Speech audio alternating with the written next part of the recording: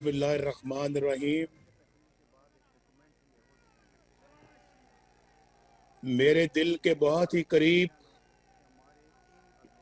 मुस्लिम league नून youth wing के मेरे नौजवानों, बेटों, मेरी बेटियों, भाइयों और दोस्तों, अस्सलाम वालेकुम। आगे से रिस्पॉन्स नहीं आ रहा, देखिए आप। आज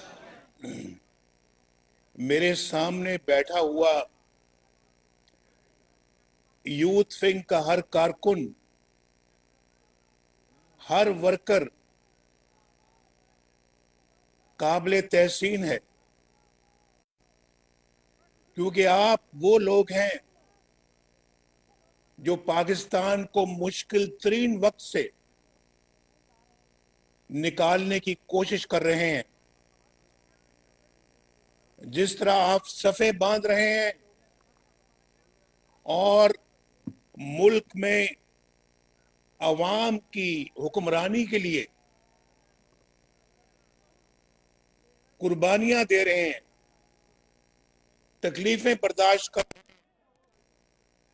यहां तक कि जेलें भी काट रहे हैं, ये सब हमारी तहरीक और हमारी जद्दोजहद का एक सुनहरा वर्क बन रहा है। मेरे नौजवानों, आपने मेरा मान रखा, मुस्लिम लीग नून का मान रखा। आप नवाज शरीफ की आवाज बनकर दिखा रहे हैं और अपनी जमात पाकिस्तान मुस्लिम लीग नून का सर फख्र से बुलंद कर रहे हैं।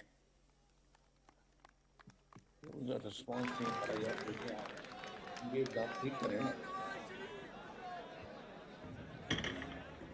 आज मेरे पास अल्फाज नहीं कि मैं किस मुंह से आपका शुक्रिया अदा करूं। मेरा तो जी चाहता है कि मैं आपको गले से लगाऊं, आपसे आपसे जप्फी डालूं और आप प्यार करूं, आपका माथा चूमूं। और ये वलवला जो है, ये तो मुझे पाकिस्तान के रोशन मुस्तकबिल की नवीद सुना रहा है। मुझे लगता है ये आपका दीनी जुड़कर, मुझे लगता है कि इंशाल्लाह पाकिस्तान अपनी मंजिल जरूर पाएगा। हम जरूर अपनी मंजिल हासिल करके रहेंगे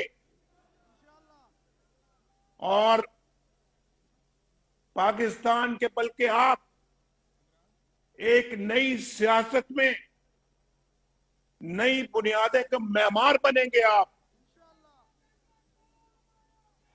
इंशाल्लाह दोबारा पाकिस्तान की बुनियादें रख रहे हैं।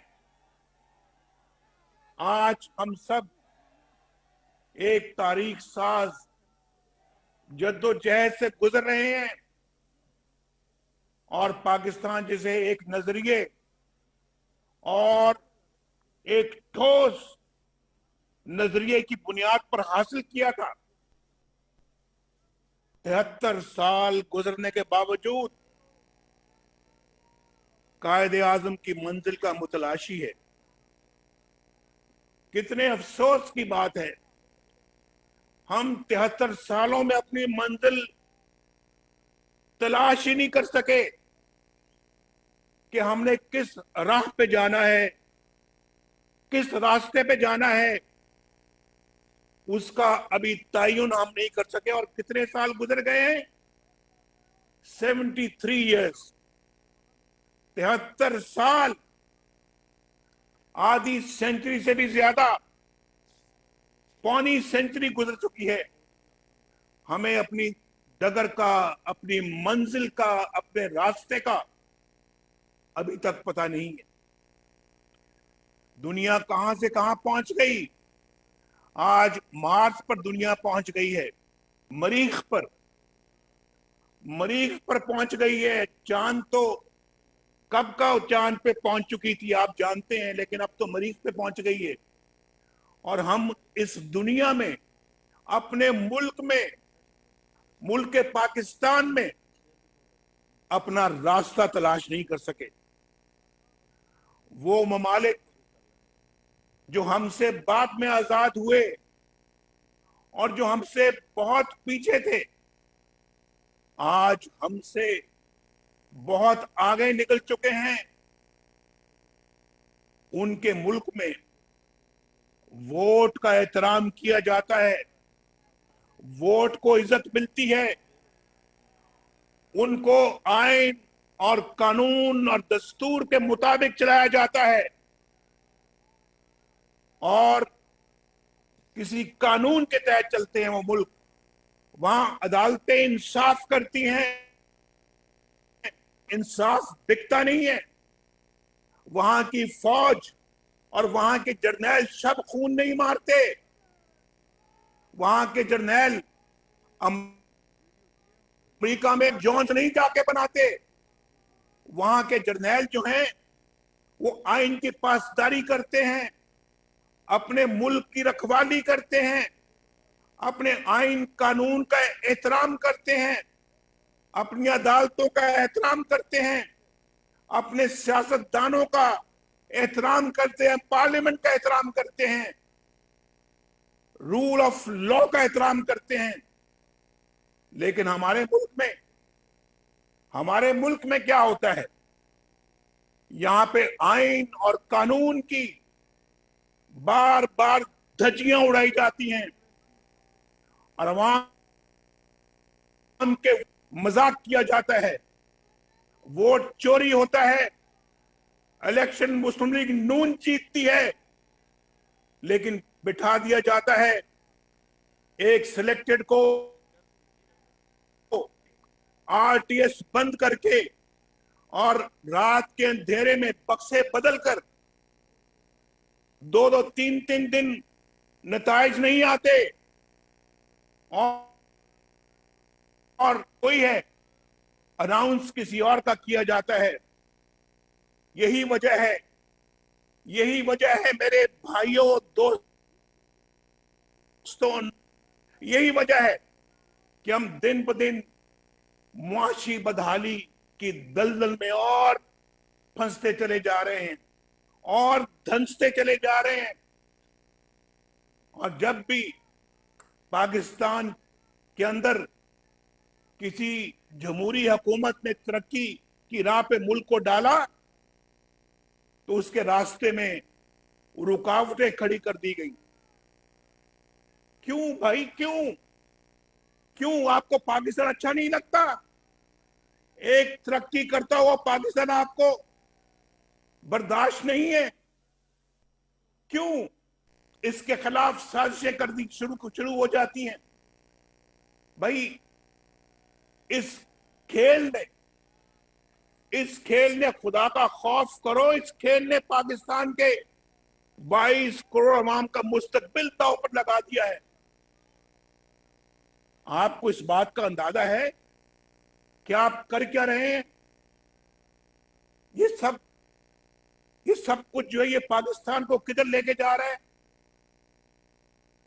आप जानते हैं भाई नौजवानों, आप जानते हैं, मेरे सामने बैठे हुए हैं आप सब इस बात के शाहिद हैं कि जब हमने 2013 में मुल्क की बागडोर संभाली तो पाकिस्तान की क्या हालत थी? 18 से 20 घंटों की यौमिया लोड शेडिंग ने पाकिस्तान के निजाम को और मईशत को मफलूज करके रख दिया था। बोलो आप इस बात के गवाह हो या नहीं? आवाज नहीं आ रही वहां से आगे से, देखिए क्या बात है। बोलो इस बात के आप गवाह हैं या नहीं? थी पाकिस्तान में 20-20 घंटों की लोड शेडिंग या नहीं थी? और पाकिस्तान के अंदर दहशतगर्दी जोरों पर थी। हम धमाके होते थे, रोज रोज बेहिसाब लोग मरते थे और हिलाक हो जाते थे, और पाकिस्तान दुनिया का खतरनाक तरीन मुल्क करार दिया जा चुका था। आपको इस बात का अंदाजा है या नहीं है? अगर है तो भाई मुझे आपकी आवाज नहीं आ रही, हाथ खड़ा करके मुझे बताओ।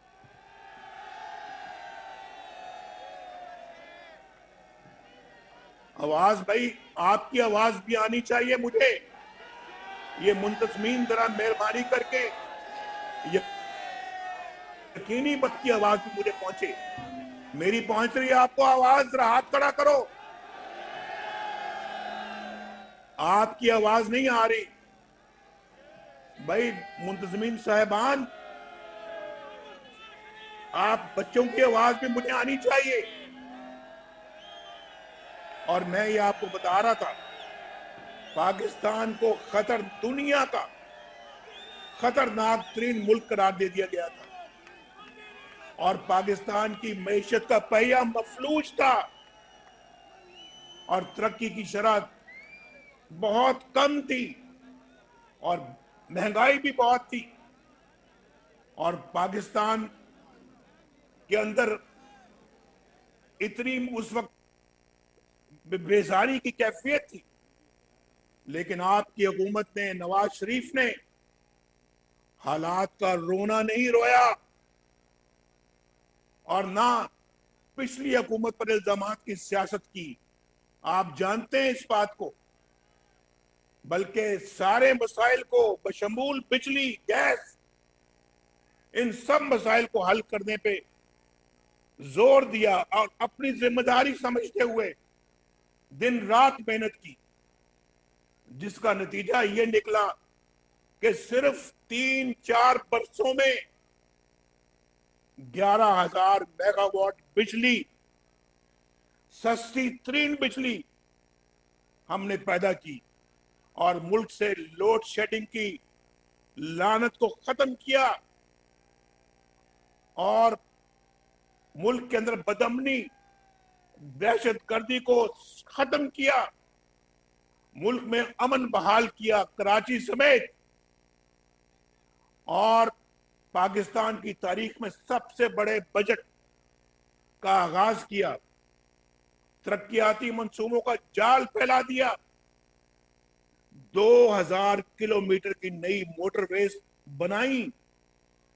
एक तरफ बिजली आ रही है, एक तरफ गैस आ रही है, एक तरफ महंगाई खत्म हो रही है, एक तरफ पाकिस्तान में पेट्रोल सस्ता किया जा रहा है, आटा सस्ता, चीनी सस्ती, दालें सस्ती, रोटी सस्ती, दवाइयां सस्ती, मुफ्त इलाज, सब्जियां सस्ती, और दूसरी तरफ मोटरवेज बन रही हैं, दूसरी तरफ पाकिस्तान एटमी कुव्वत बन रहा है, और दूसरी तरफ पाकिस्तान के अंदर मुआशी तरक्की की रफ्तार दुगनी तिगनी शुरू हो गई। यहां पे 1 करोड़ नौकरियों की बात की है, 1 करोड़, और यहां पर पहले वाली नौकरियां खत्म हो रही है, लोगों की रोजगार ही नहीं मिलता।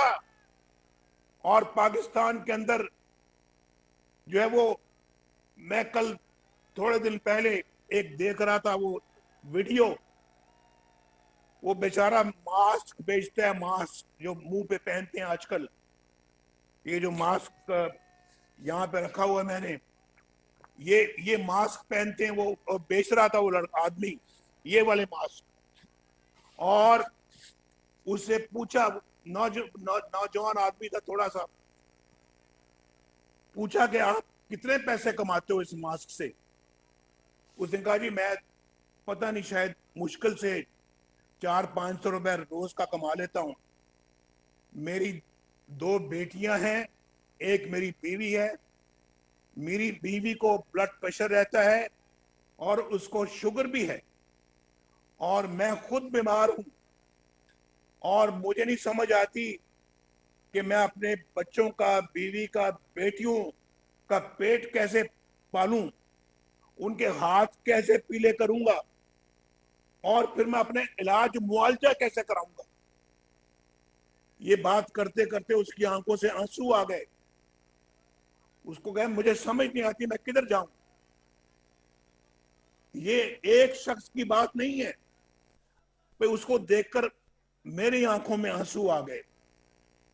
ये हजारों लाखों पाकिस्तानियों का ये हाल है, करोड़ों करोड़ों पाकिस्तानियों का ये हाल है। और यहां आए दिन नए नए प्लॉट अपने लिए अलॉट कर लेते हैं।